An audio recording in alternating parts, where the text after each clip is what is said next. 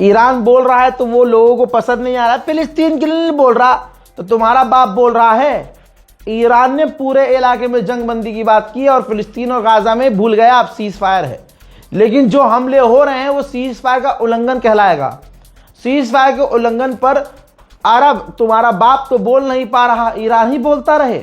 और हर चीज में अगर ईरान बोल रहा है और ईरान को बोलना चाहिए तो तुम अपने बाप को बाप मानना छोड़ो और अपना बाप ईरान को मानो। अब हजरात ये देखिए, बैतुल मुकद्दस पहुंचा था इजराइल का कट्टरवादी नेता बेंजीवीर। वहां इसने जाकर ऐलान किया कि अब बैतुल मुकद्दस मस्जिद अल अक्सा हमारे कब्जे में है। लीजिए, बैतुल मुकद्दस पर कब्जे का ऐलान कर दिया गया है और तमाम मुस्लिम हिजड़े देश खामोश बैठे हैं। हजरात लीजिए, आखिरी मंजर दिखा रहा हूं ईरान की डेलीगेशन का, जिसमें गलीबाफ आपको नजर आ रहे हैं, सबसे मिल रहे हैं। ये टॉप ऑफिशियल थे। आखिरकार इस्लामाबाद से तमाम ईरान के टॉप ऑफिशियल सबसे मिल मिलाकर चले गए हैं, इस्लामाबाद से निकल चुके हैं। बातचीत अब पूरी फेल हो चुकी है और आशंका बिल्कुल नहीं है कि कुछ ठीक होगा, क्योंकि ऑलरेडी बहुत कुछ बिगड़ चुका है। रिपोर्ट को शेयर कीजिए, चैनल को सब्सक्राइब कीजिए। जय हिंद।